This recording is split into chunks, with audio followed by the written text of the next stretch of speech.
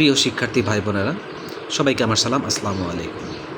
আজ বেশ কিছুদিন পর আবার হাজির হয়েছি আপনাদেরকে ট্রেনের অঙ্কের বেসিক সহকারে কীভাবে আমরা অঙ্কগুলো করব সেই নিয়ম অনুসারে নিয়ে হাজির হয়েছি। আপনাদেরকে এই বেসিকগুলো যদি বুঝেন তাহলে ট্রেন নিয়ে বা ট্রেন সম্পর্কিত যে গণিতিক সমস্যাগুলো আছে সেটা রিটেন হোক কিংবা আমার নৈর্বৃত্তিক আকারে যেটাই থাকুক সেটা আমরা করতে পারবো। তবে বেসিকটা আমার খুব বেশি বেসিক জানার দরকার নেই, তবে কিছু বেসিক আমার জানা দরকার। সেটা হলো যে দূরত্ব ব্যাপারটা আমরা সবাই বুঝি যে ট্রেন কোনো একটা নির্দিষ্ট স্থান থেকে অপর একটা স্থান যখন অতিক্রম করে তাদের যে মধ্যবর্তী দূরত্ব, যে তাদের সরলরৈখিক যে পথ সে পথটা হয় কি দূরত্ব। এই পথটা সরলরৈখিক হতে পারে কিন্তু বক্র হতে পারে। সরণের ক্ষেত্রে অর্থাৎ ফিজিক্সের ক্ষেত্রে সরণ আর দূরত্ব এটাকে আমরা সরলরৈখিক হলে সরণ, আর যদি ভিন্ন ভিন্ন পথে যাই তাহলে সেটা দূরত্ব। এখন এই সরণ আর দূরত্ব আমরা গলেই ফেলবো না, দূরত্বটাকে আমরা দূরত্বই এই ক্ষেত্রে আমরা কল্পনা করব। এবং সাথে থাকবে কি, তাহলে একটা পয়েন্টস থাকলো আমার দূরত্ব, আর একটা পয়েন্টস আমার আসছে সময়, যে ট্রেনটা কত সময় একটা নির্দিষ্ট দূরত্ব অতিক্রম করতেছে। অর্থাৎ এই অঙ্কেতে দেখা যাবে যে আমার সময় দেওয়া থাকবে, আর দূরত্ব আর যদি সময় দেওয়া থাকে তাহলে আমরা ওই ট্রেনের বেগ নির্ণয় করতে পারি। সেটা কেমনে? বেগ সমান সমান আমরা এই সূত্রটা মাথায় রাখবো, বেগ সমান সমান দূরত্ব ডিভাইডেড বাই সময়।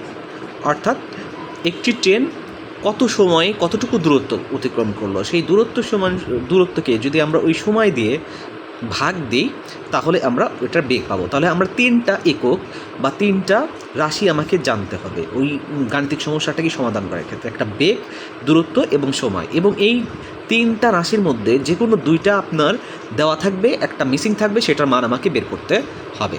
আচ্ছা, ট্রেনের গাণিতিক সমস্যার এই 3টা রাশি যখন আমরা ভালোভাবে বুঝে গেলাম, এবার আসা যাক ট্রেনের আরেকটা বেসিক আমার জানা, যে অনেক সময় দেখা যায় যে ট্রেনের খুঁটি অতিক্রম করার কথা বলে। দেখেন, যদি কখনো কোনো ট্রেন কোনো একটা খুঁটি অতিক্রম করতে চায় তাহলে ট্রেনটির যে দৈর্ঘ্য, এখানে দেখেন ট্রেনের দৈর্ঘ্য ধরলাম এক্স, তাহলে ট্রেনের খুঁটিটাকে যখন অতিক্রম করে যাবে তখন তাকে এক্স দূরত্বই অতিক্রম করা লাগতেছে। অর্থাৎ ট্রেনের যে দূরত্ব, ট্রেনের যে দৈর্ঘ্য, সেই দৈর্ঘ্য পরিমাণ দূরত্ব অতিক্রম করলেই সেই খুঁটিটাকে অতিক্রম করতে পারছে। এই বিষয়টা আপনাকে মনে রাখতে হবে যে যখন আমরা খুঁটি বিবেচনা করব, বৈদ্যুতিক খুঁটি হোক যে কোনো খুঁটি হোক, সেই খুঁটিটাকে যখন কোনো ট্রেন অতিক্রম করে তখন শুধু ট্রেনের যে দৈর্ঘ্য আছে সেই ট্রেনের দৈর্ঘ্যটা অতিক্রম করলেই সেই দূরত্বটা অতিক্রম করা হয়ে যায়। এবার আসেন, আমি ধরে নিলাম একটা প্ল্যাটফর্ম অতিক্রম করছে কোনো একটা ট্রেন, সেক্ষেত্রে কী হয়, ধরে নিলাম প্ল্যাটফর্মের দৈর্ঘ্য আমার ক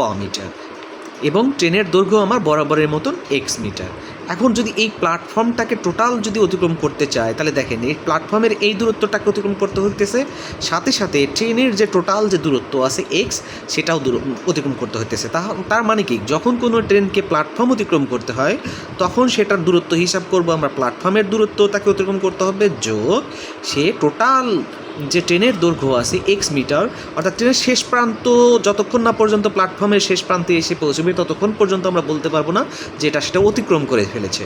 তাহলে আমাকে ট্রেনের প্ল্যাটফর্ম যতক্ষণ অতিক্রম করে তখন অ্যাকচুয়ালি তাকে অতিক্রম করতে হয়, ট্রেনটাকে অতিক্রম করতে হয় ক প্লাস এক্স দূরত্ব, অর্থাৎ প্ল্যাটফর্মের দৈর্ঘ্য প্লাস ট্রেনের নিজের দৈর্ঘ্য। এই বিষয়টা যদি আপনারা বুঝতে পারেন তাহলে আমার মনে হয় গাণিতিক সমস্যাগুলো সমাধান করা কোনো সমস্যা হওয়ার কথা না। এখন আসা যাক এই বিষয়টা আমরা আসে, দেখেন একটা গাণিতিক সমস্যা আছে, 60 মিটার দীর্ঘ একটি ট্রেনের গতিবেগ ঘন্টায় 48 কিলোমিটার। এখন আমরা দেখব কি, যে এই যে বেগটা দেওয়া আছে, এখানে কী দেওয়া আছে গতিবেগ, তাহলে 3টা রাশির কিন্তু আমরা একটা অলরেডি পেয়ে গেছি। তাহলে আমরা পেয়ে গেছি কি বেগ, বেগ সমান সমান আমরা কী জানি, দূরত্ব ডিভাইডেড বাই সময়। এখন দেখেন এইখানে যে বেগটা আছে, বেগটা কি, বেগটা বের করতে গেলে আমাদের 60 মিটার দীর্ঘ একটি ট্রেনের গতিবেগ ঘন্টায় 48 কিলোমিটার, রেল লাইনের পাশের একটি খুঁটি অতিক্রম করতে কত সময় লাগবে। তাহলে দেখেন যে খুঁটি যদি অতিক্রম করতে চায় শুধুমাত্র রেলের যে দৈর্ঘ্য আছে সেটুকু দূরত্ব অতিক্রম করলেই কিন্তু হয়ে যায়। তার মানে খুঁটি অতিক্রম করতে গেলে তাকে টোটাল 60 মিটার দূরত্ব অতিক্রম করা লাগতেছে। তাহলে দূরত্ব আমার কতটুকু অতিক্রম করতে হবে? দূরত্ব হবে আমার হলো 60 মিটার। এবং সেটা কত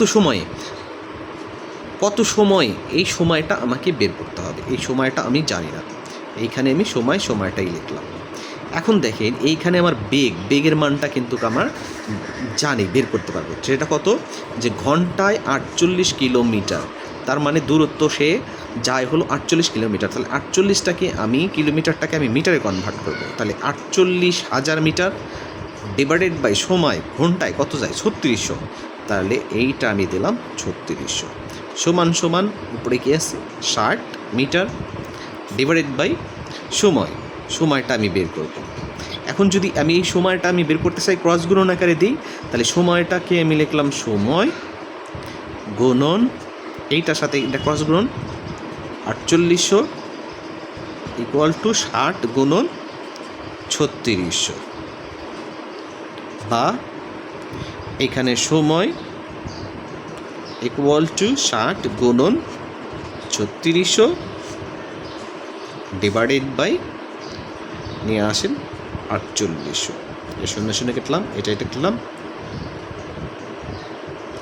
এখানে 6 10 60, 6 8 48। এখন এইখানে আমরা 4 দুগুণে 8, 4 নং 36। আমরা এটা যদি কাটি 9 কাটি তাহলে 4.5, অর্থাৎ এইখান থেকে আমরা ক্যালকুলেশন করলে আমাদের মানটা কত আসতেছে? 45 সেকেন্ড।